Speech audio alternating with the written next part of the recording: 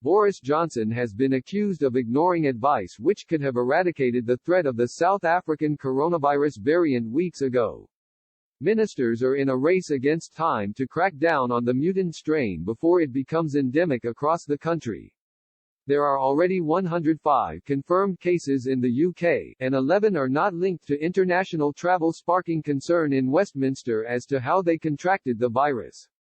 Mass door-to-door testing of 80,000 people in communities where the variant has been found will take place in a bid to stop the transmission of the variant in its tracks. Claims have now emerged. The government's Scientific Advisory Group for Emergencies, SAGE, warned Mr. Johnson on January 21 of the need to introduce mandatory quarantine in order to stop the South African variant being imported into the UK. They warned geographically targeted travel bans would not be enough to stop the arrival of the strain, according to The Times.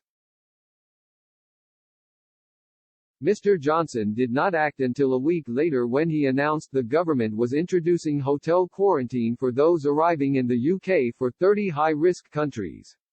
The policy is still yet to be put into place. Minutes from when SAGE met state, no intervention, other than a complete, preemptive closure of borders, or the mandatory quarantine of all visitors upon arrival in designated facilities, irrespective of testing history, can get close to fully preventing the importation of new cases or new variants.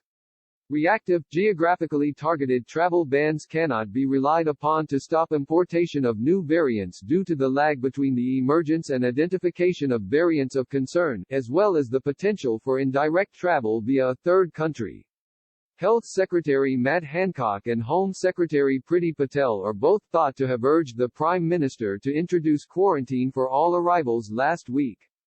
The South African variant is more contagious than the original, and there are fears coronavirus vaccines are less effective against the strain. However, Mr. Johnson overruled the pair to opt for the targeted approach favored by other cabinet ministers.